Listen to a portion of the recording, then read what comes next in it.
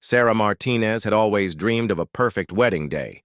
After 3 years of dating, Michael proposed to her on a beautiful spring evening in their favorite park. The ring sparkled under the sunset, and tears of joy rolled down her cheeks as she said yes. They had been through so much together, and now they were finally ready to start their married life. The engagement period was filled with excitement and endless planning. Sarah spent countless hours browsing through wedding magazines, visiting venues, and discussing every detail with her best friend, Emma. Michael, though less interested in the decorative aspects, was supportive and helpful with the bigger decisions. They chose a beautiful venue by the lake, booked a photographer, and started working on their guest list. Sarah came from a large family. Her parents had divorced when she was 12 and both had remarried. This meant dealing with complex family dynamics and ensuring everyone felt comfortable at the wedding. Her mother, Linda, was supportive but often stressed about the arrangements. Her father, Robert, was more laid back but had his own opinions about how things should be done. Then there were the step-parents, half-siblings, and extended family members, each with their own expectations. Michael's family was smaller but equally complicated. His mother, Patricia, was a strong-willed woman who had very specific ideas about weddings. She had been planning her son's wedding in her mind for years, even before he met Sarah. His father had passed away when Michael was in college, making Patricia even more protective and involved in his life. She often made comments about how things were done in their family and seemed to forget that this was Sarah and Michael's wedding, not hers. The guest list became their first major challenge. Sarah wanted to keep it intimate with close family and friends, but both families kept adding names. Every week, someone would call with another essential person who simply had to be invited. Uncle Jim's new girlfriend, Cousin Mary's children, family friends who had known them since they were babies. The list kept growing. Emma noticed that Sarah was getting increasingly stressed. During one of their coffee meetings, Sarah confided in her friend about the mounting pressure. "I just want our day to be special and peaceful," Sarah said, stirring her latte nervously, "but everyone seems to have an opinion about everything. My mom wants the flowers to be pink and white. Patricia wants them to be red and gold because those are family colors, and my dad thinks we're spending too much money on decorations altogether." Emma listened carefully and offered her support. "You know what, Sarah? This is your wedding. You and Michael need to make the decisions that feel right for you both. Everyone else will just have to accept it." But even as she said this, Emma could see the exhaustion in her friend's eyes. Planning a wedding while trying to keep everyone happy was proving to be more difficult than Sarah had imagined. The venue coordinator, Mrs. Henderson, was experienced in handling family dynamics during weddings. During one of their meetings, she gently suggested that Sarah and Michael establish clear boundaries about who makes decisions and how feedback would be handled. "Every couple faces this challenge," she explained kindly. "The key is to remember that this day is about celebrating your love and commitment. Everything else is just details." As the months passed, more complications arose. Patricia insisted on inviting her book club friends because they had been dying to meet Sarah. Linda wanted to invite her new neighbors because they had been so kind during her recent illness. Robert's wife suggested adding her children from her first marriage, even though they barely knew Sarah and Michael. Each addition meant more costs, more seating arrangements to figure out, and more people to accommodate. Michael found himself caught between supporting Sarah and keeping peace with his mother. Patricia had strong opinions about the menu, the music, and even the color of Sarah's wedding dress. She would call Michael at work to discuss important wedding matters, and often ended these conversations by expressing concerns about various aspects of the planning. "I just want everything to be perfect for you, dear," she would say, but her version of perfect often clashed with what Sarah and Michael actually wanted. The wedding dress shopping experience became particularly stressful. Sarah had envisioned going with just her mother and Emma, but Patricia insisted on joining them. The three women had very different tastes, and what should have been a joyful experience turned into a diplomatic mission. Sarah tried on dozens of dresses, with each woman advocating for different styles. Her mother preferred classic elegance. Patricia wanted something more traditional with longer sleeves, and Sarah herself was drawn to a simpler, more modern design. Meanwhile, the financial pressure was mounting. Wedding costs were spiraling beyond their original budget due to the expanding guest list and various family requests. Michael's overtime hours at his engineering job helped, but Sarah found herself taking on extra freelance writing projects to cover the additional expenses. The stress was affecting their relationship, and they found themselves having small arguments about details that seemed insignificant but felt enormous in the moment.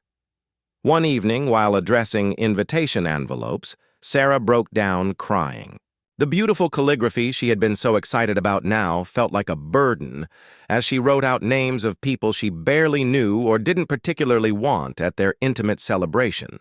Michael found her at the kitchen table, surrounded by envelopes and tissues, looking completely overwhelmed. "Maybe we should just elope," Sarah whispered through her tears. "This is supposed to be the happiest time of our lives, but I feel like I'm drowning in other people's expectations."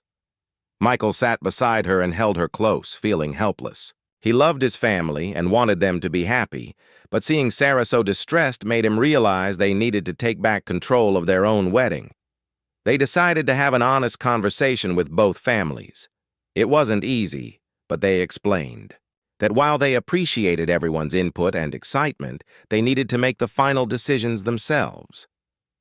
Some family members were understanding, while others were less receptive to this boundary setting. Patricia, in particular, seemed hurt and made several comments about feeling excluded from her son's important day. As the wedding date approached, Sarah tried to focus on the positive aspects of their upcoming celebration. She was marrying her best friend, and despite all the stress and complications, that remained the most important thing.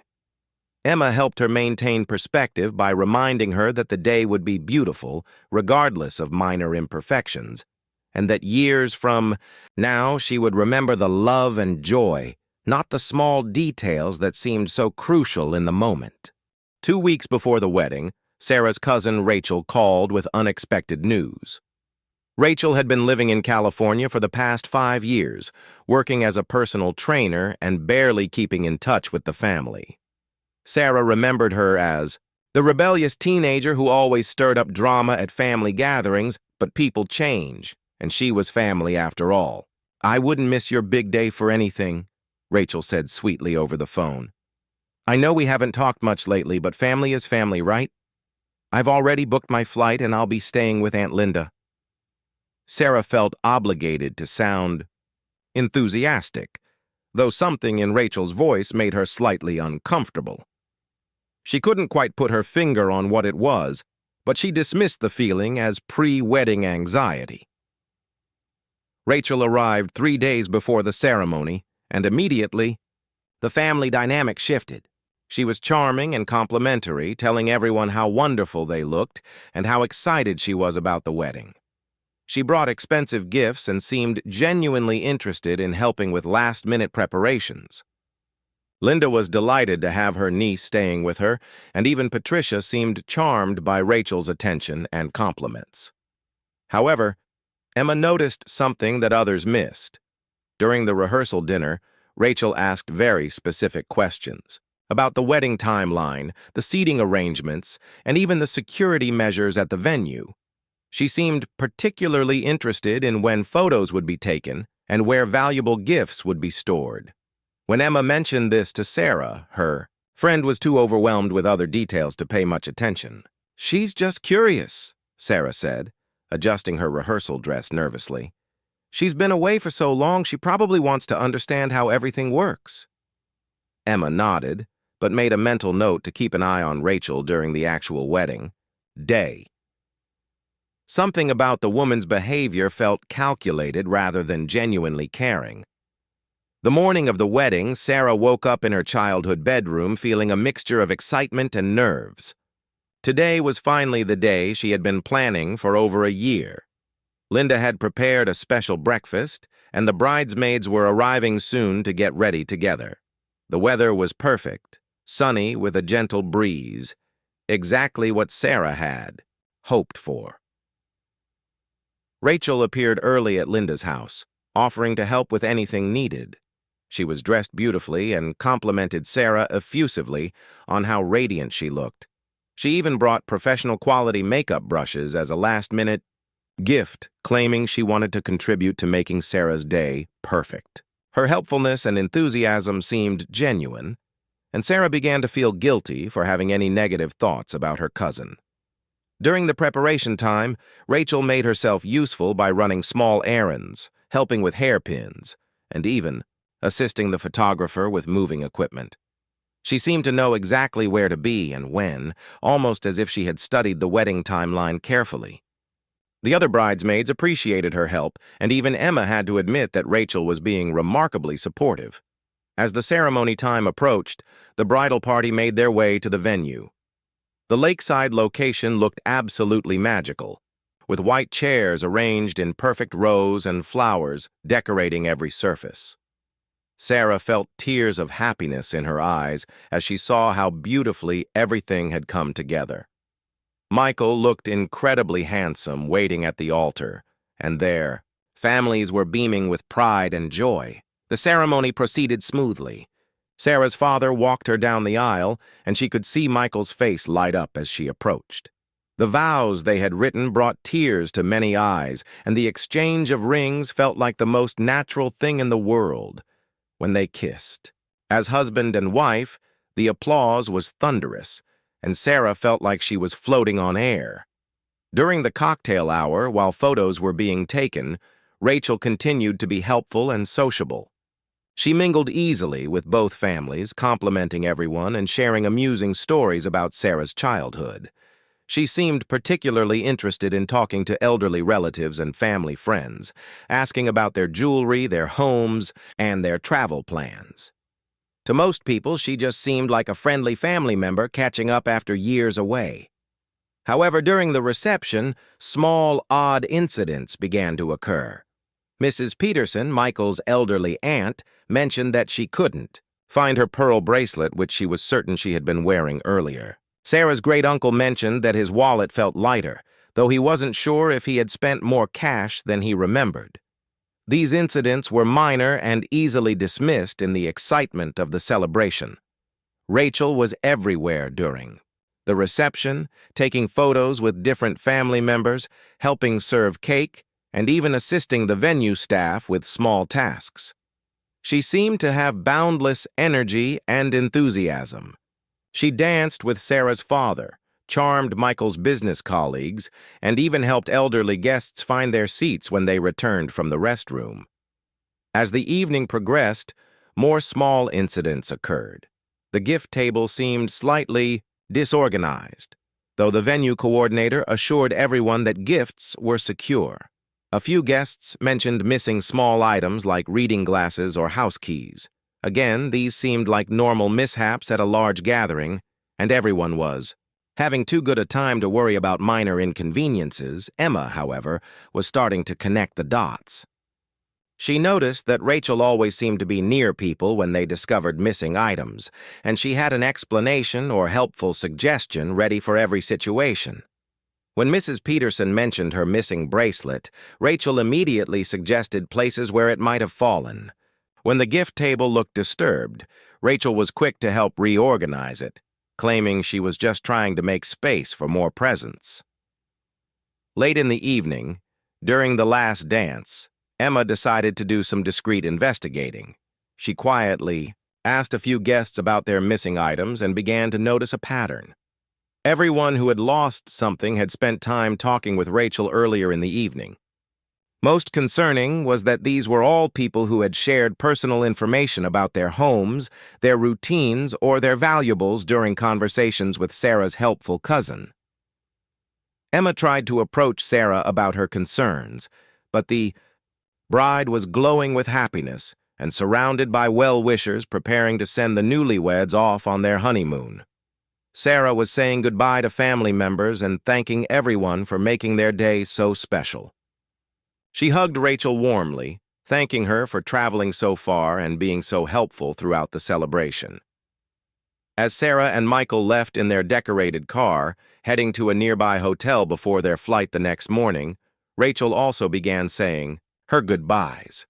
She claimed she had an early flight back to California and needed to return to Linda's house to pack. She hugged everyone warmly, took a few last photos, and collected her purse and a small bag she claimed contained leftover wedding favors that Sarah had insisted she take.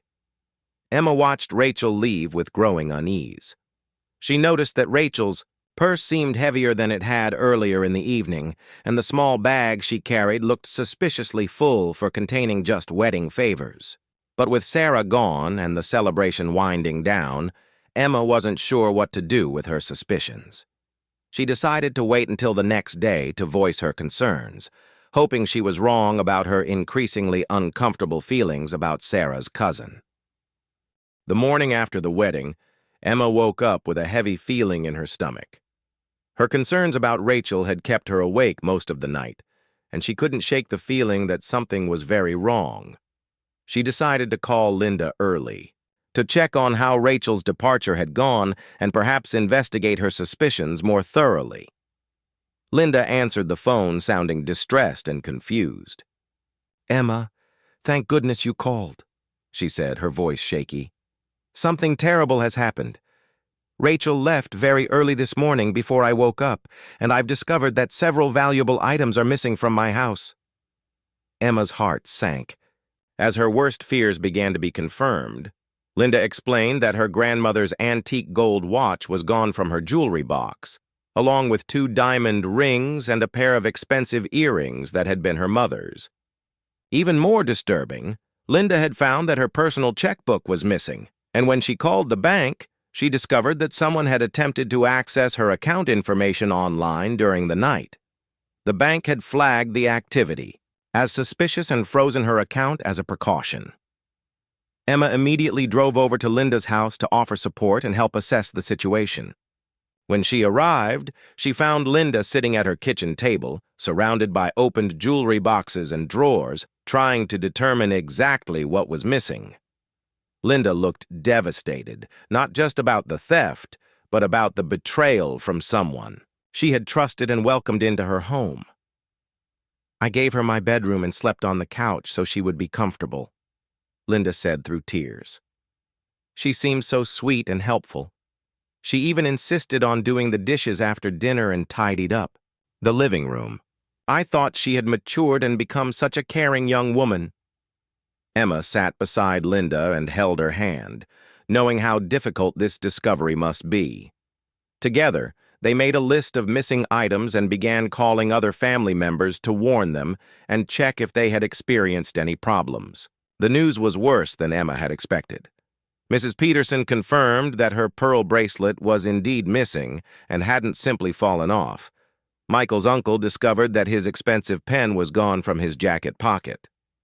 Sarah's great-uncle found that cash was missing from his wallet, more than he could have possibly spent at the reception. Most alarming was a call from Patricia, Michael's mother. She had returned home after the wedding to discover that her house had been burglarized during the reception. The thieves had taken jewelry, electronics, and cash, and had clearly known exactly where to look for valuable items. The timing was too coincidental to ignore, especially since Patricia remembered sharing details about her home and routines with Rachel during their conversation at the wedding. Emma realized that Rachel had been systematically gathering information throughout the wedding celebration. She had used her charm and family connections to get people to trust her and share personal details. The questions about routines, home security, and valuable possessions hadn't been friendly conversation. They had been reconnaissance for criminal activity. The situation became even more serious when Emma called the police to report the thefts. Detective Martinez, who took the report, explained that they had been tracking a series of similar crimes in several states. The perpetrator appeared to target family events and social gatherings, using fake or exaggerated family connections. to gain access and trust. The pattern matched Rachel's behavior perfectly. Detective Martinez explained that this type of criminal often studies social media and public records to learn enough about families to convincingly pose as a distant relative or family friend. They prey on people's natural politeness and reluctance to question family connections, especially during celebratory occasions when everyone wants to be welcoming and inclusive. Emma asked Linda for Rachel's contact information, but when they tried calling the number Rachel had provided, it was disconnected. The address she had given in California turned out to be a vacant lot. Even more disturbing, when Linda looked through old family photos and contacted other relatives, no one could definitively confirm Rachel's identity or place her in the family tree. The woman they had all accepted as Sarah's cousin appeared to be a complete stranger. The realization hit Emma like a physical blow. A criminal had infiltrated Sarah's wedding day, stolen from the people she loved most, and violated the trust and joy of one of the most important days of her life. Emma knew she had to tell Sarah and Michael, but they were supposed to be enjoying their honeymoon. How do you deliver news that will forever taint the memory of what should be the happiest day of someone's life? Emma decided to wait until she had gathered all the facts before calling the newlyweds. She spent the day helping Linda file police reports, contacting the bank about the attempted fraud, and reaching out to all the wedding guests who might have been affected. The list of victims continued to grow, and the scope of Rachel's crimes became clearer with each phone call. The venue coordinator, Mrs. Henderson, was shocked when Emma called to report the incident. She had 30 years of experience in wedding planning and had never encountered anything like this situation. She immediately reviewed the venue's security footage and discovered that Rachel had indeed been seen near the gift table multiple times, often when no one else was around. The footage also showed her following elderly guests to their cars, presumably to note license plate numbers and vehicle information. By the evening, Emma had compiled a comprehensive report of Rachel's activities and crimes. The total value of stolen items exceeded $10,000, and the emotional trauma to the families was immeasurable. Detective Martinez assured her that they would pursue the case vigorously and coordinate with law enforcement agencies in other states where similar crimes had occurred. Linda was devastated not just by the financial loss, but by the violation of trust and the impact on Sarah's wedding memories. "How am I going to tell Sarah that I let a criminal into her wedding?" she asked Emma tearfully. "I was supposed to protect her and make sure her day was perfect, and instead I brought danger right into our family celebration." Emma tried to comfort Linda, explaining that the criminal was sophisticated and had specifically targeted their family vulnerability, the desire to be welcoming and inclusive during a celebration. "You couldn't have known," Emma said. "This person was professional and had probably done this many times before. The important thing now is to make sure everyone is safe and to help catch her before she hurts other families." As the day ended, Emma knew she couldn't delay any longer. Sarah and Michael deserved to know what had happened, even though the news would shatter their honeymoon bliss. She also knew that time was critical in tracking down Rachel before she disappeared completely or targeted another unsuspecting family's celebration. Emma sat down with her phone, trying to find the right words to explain to her best friend that a criminal had posed as family and stolen from their wedding guests.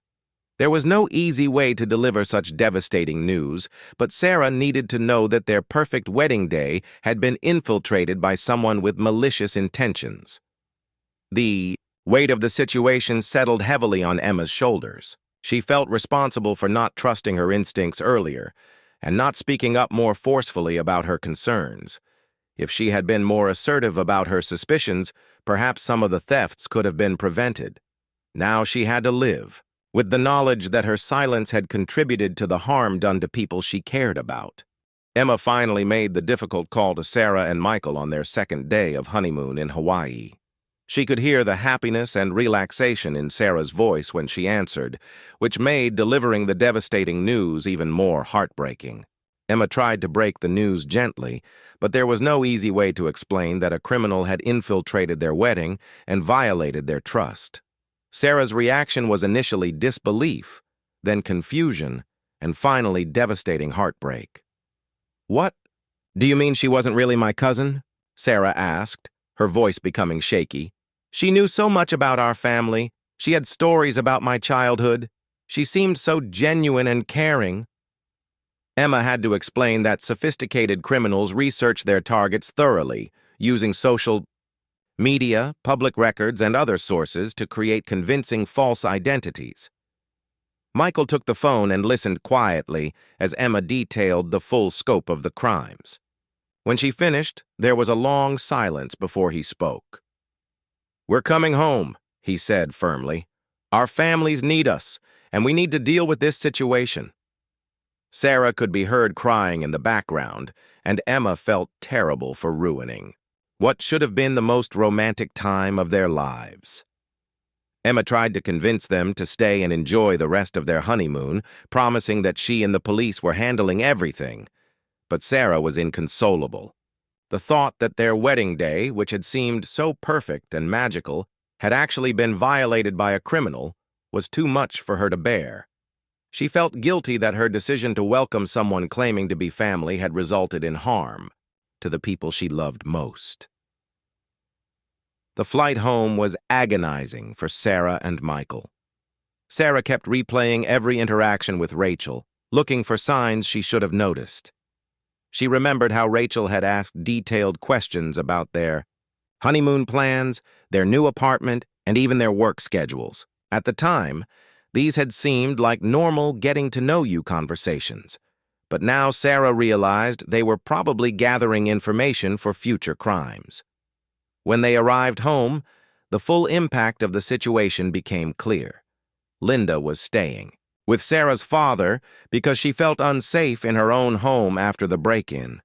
Patricia was dealing with insurance companies and had installed a new security system. Several elderly family members were so shaken by the violation of trust that they were questioning their ability to judge people and protect themselves. Detective Martinez met with Sarah and Michael to get their perspective on Rachel's behavior and to gather any additional information that might help track her down.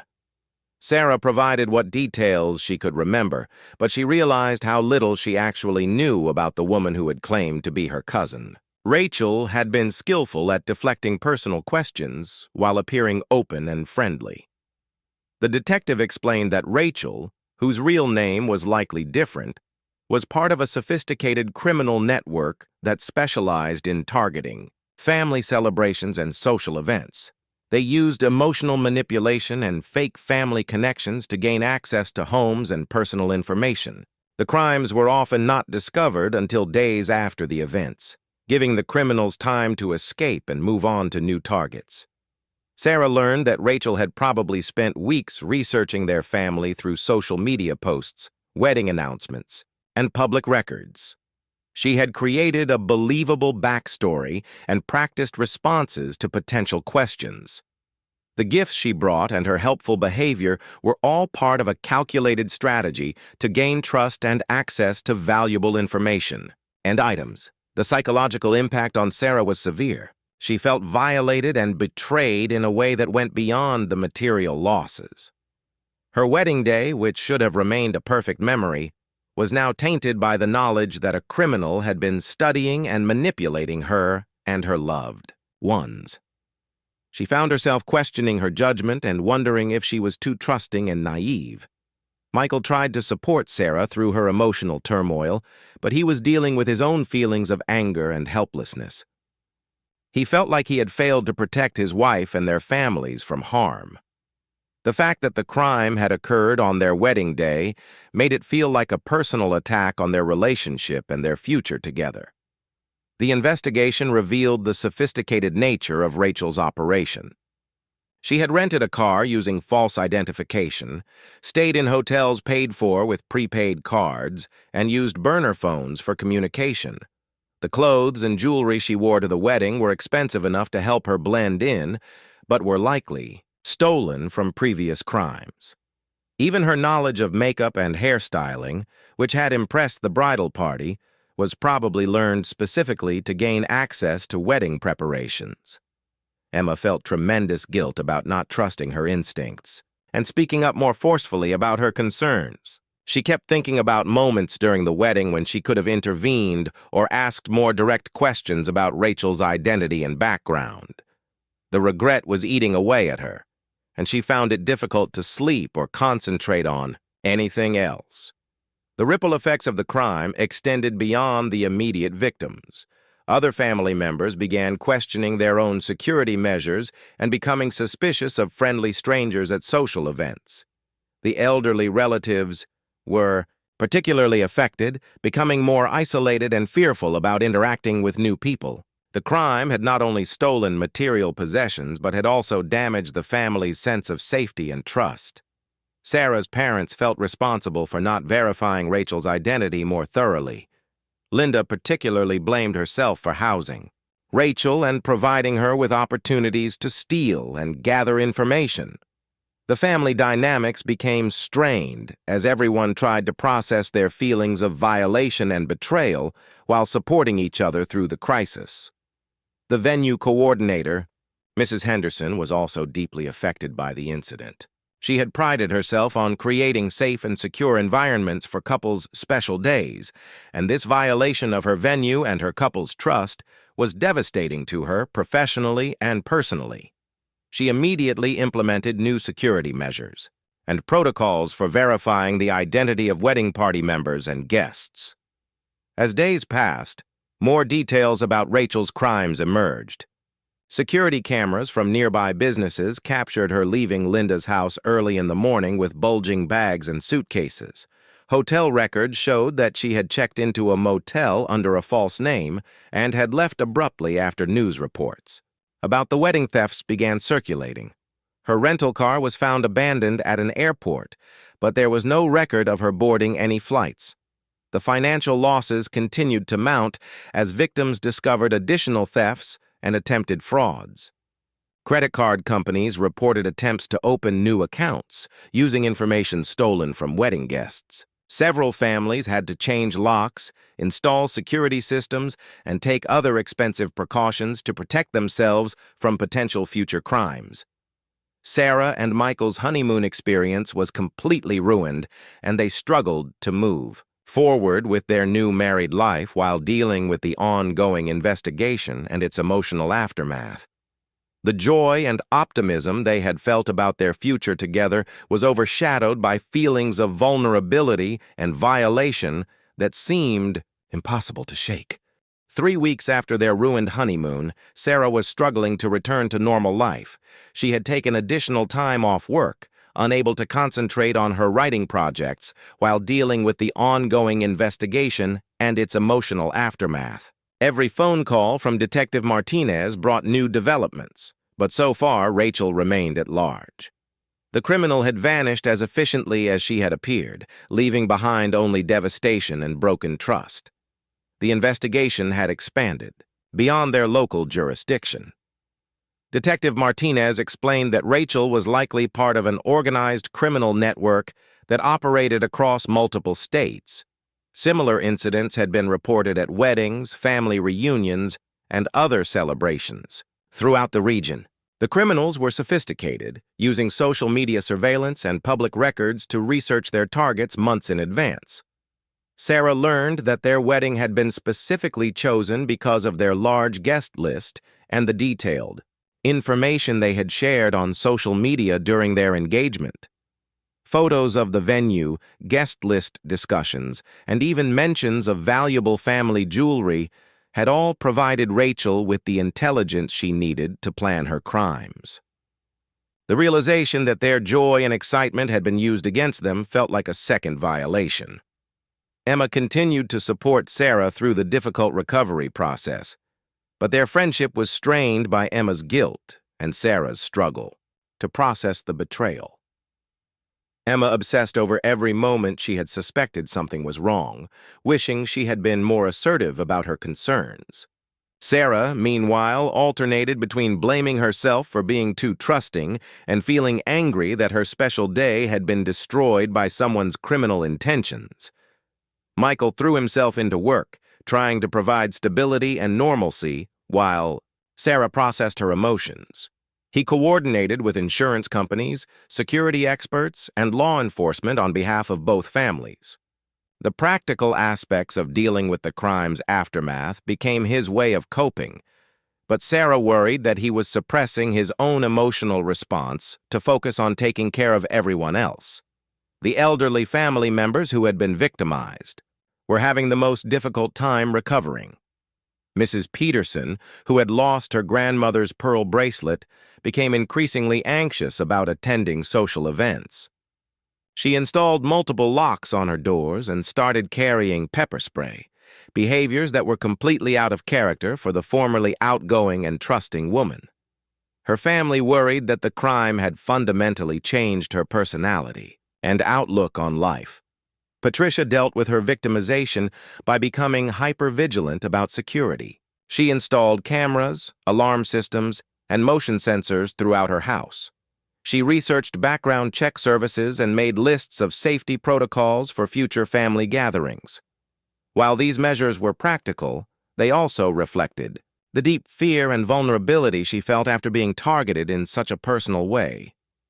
Linda had the most difficulty coping because Rachel had stayed in her home and violated her hospitality. She felt responsible for enabling the crimes against other family members and struggled with intense shame and self-blame.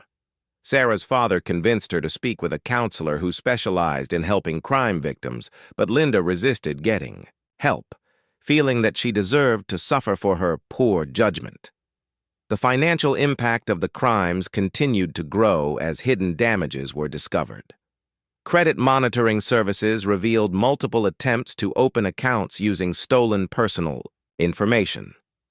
Several family members had to deal with identity theft issues that would take months or years to fully resolve. The total cost of the crimes, including stolen property, security measures, and professional services, exceeded $20,000. Detective Martinez finally had a breakthrough in the case when security footage from a gas station captured Rachel meeting with two other individuals and transferring bags between vehicles. The video quality was poor, but facial recognition software generated potential matches with known criminals. The investigation revealed that Rachel was likely Maria Santos, a woman with arrests in 5 states for similar crimes targeting family, celebrations, and social events. The news that Rachel was a repeat offender with an extensive criminal history brought mixed emotions to the family. On one hand, it confirmed that they had been victims of a sophisticated professional criminal, which helped reduce their self-blame. On the other hand, it was disturbing to realize that many other families had suffered similar violations, and that the criminal justice system had been unable to stop her previous crimes. Sarah began attending therapy sessions to deal with the trauma and trust issues that had developed since the wedding. Her therapist explained that being victimized during a major life celebration created particularly complex emotional responses. The joy and security associated with the wedding day had been contaminated by the criminal violation, making it difficult for Sarah to process and integrate the experience. The therapy sessions helped Sarah understand that her desire to be welcoming and inclusive was not a character flaw, but rather a positive trait that had been exploited by someone with malicious intentions. Learning to maintain her natural warmth while developing appropriate caution would be an ongoing process, but it was possible to heal and grow from the experience. Michael joined Sarah for some therapy sessions to work on their relationship dynamics in the aftermath of the crime. They discovered that they had different coping styles and communication needs, which had created some distance between them during the crisis. Learning to support each other while processing their individual responses to the trauma became an important part of their early marriage experience. The wedding vendor community rallied around Sarah and Michael when news of the crime spread through professional networks.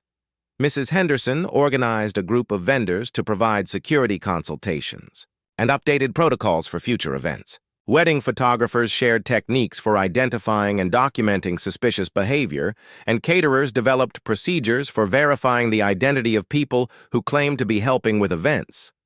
Emma decided to channel her guilt and energy into preventing similar crimes from happening to other families. She researched wedding security best practices and created informational materials that could be shared with other couples during their planning process.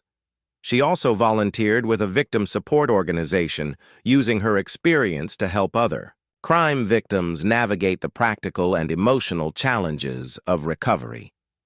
The investigation reached another milestone when Maria Santos was arrested in Arizona while attempting to infiltrate a large family reunion. The arrest was made possible by tips from family members who had seen news reports about the wedding crimes and recognized her behavior patterns. Detective Martinez flew to Arizona to interview Santos and gather evidence about her criminal network and methods. Santos initially refused to cooperate with investigators, but eventually provided some information in exchange for a plea agreement.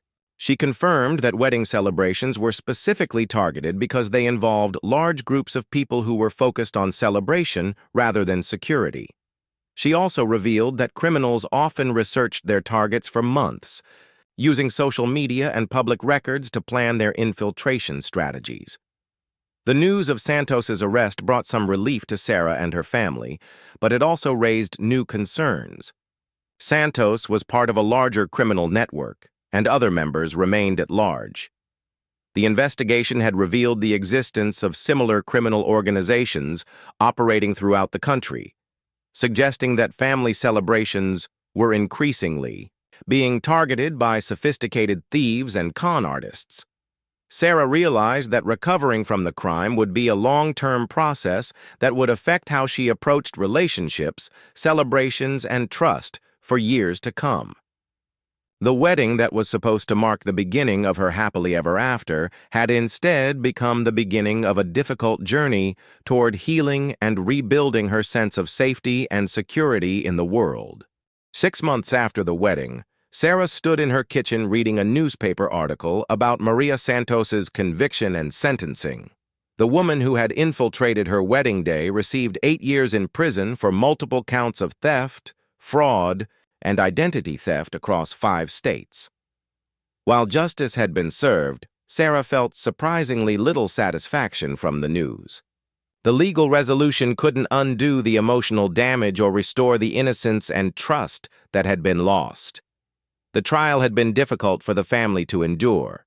Sarah, Michael, and several other victims had to testify about their experiences, reliving the violation and betrayal in a public courtroom. Santos showed no remorse during the proceedings, treating the trial as a minor inconvenience rather than acknowledging the real harm she had caused to dozens of families over the years.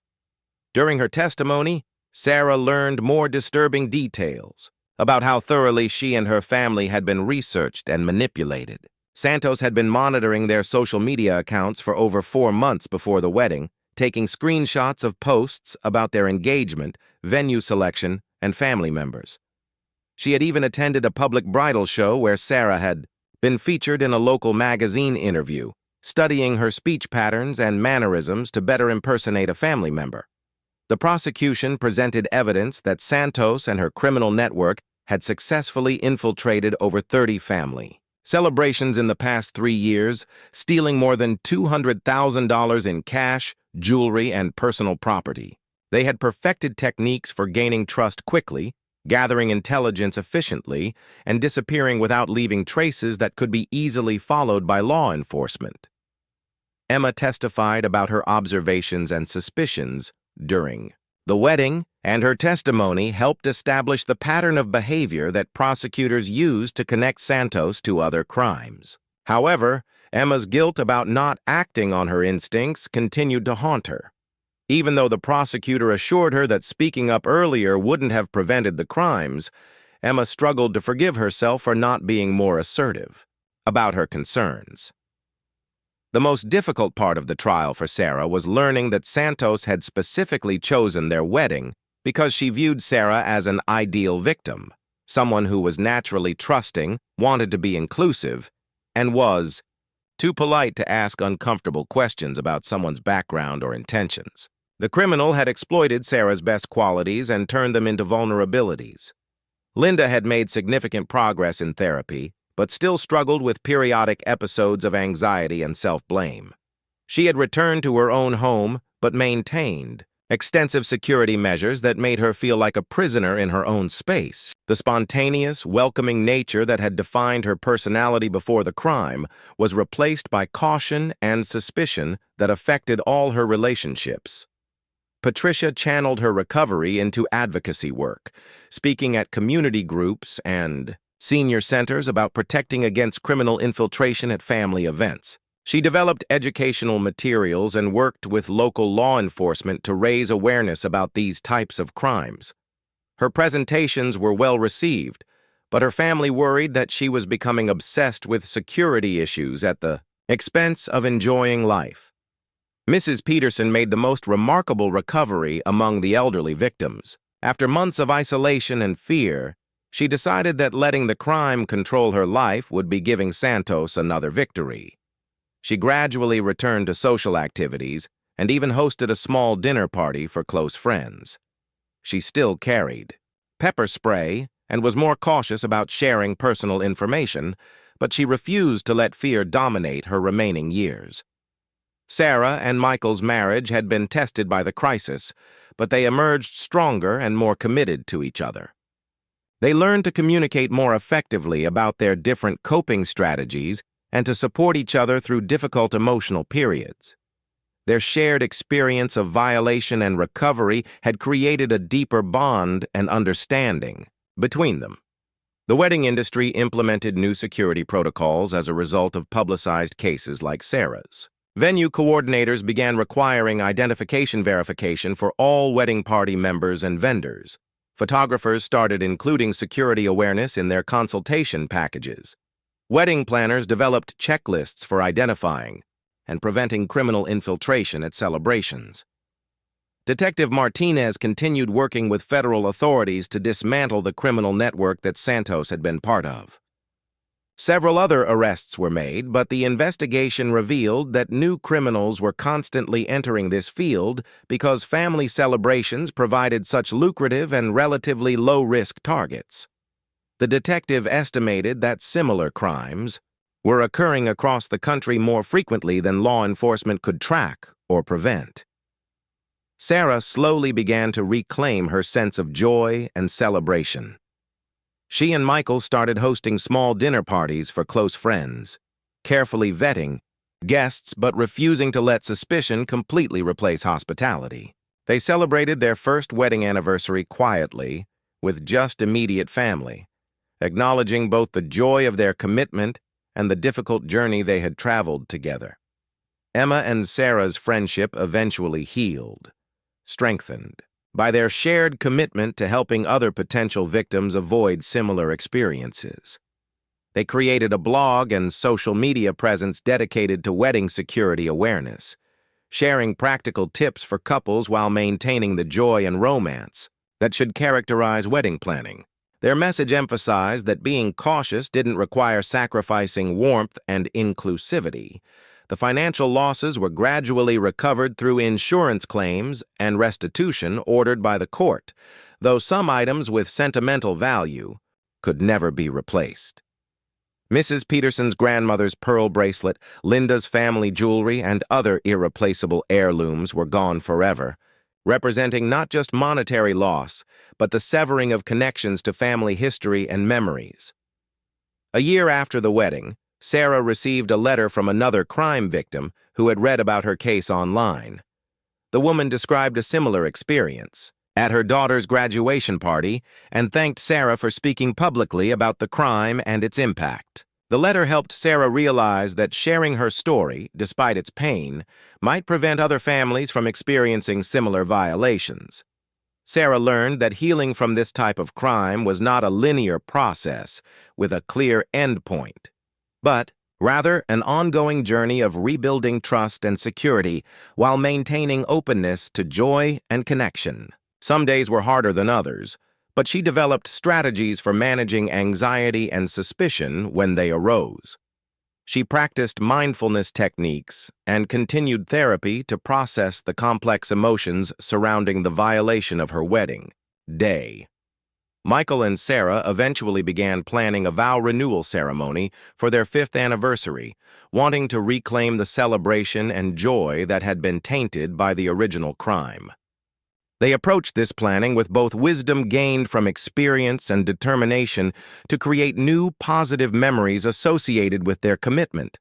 This time, they would celebrate with a smaller group of thoroughly verified loved ones, but they would celebrate nonetheless.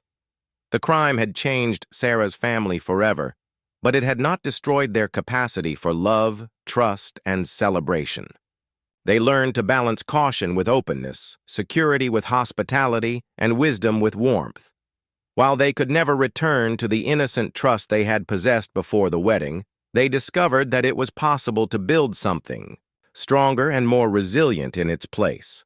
Sarah often reflected on how a single day that was supposed to be perfect had instead become the catalyst for tremendous growth, deeper relationships, and a more nuanced understanding of human nature.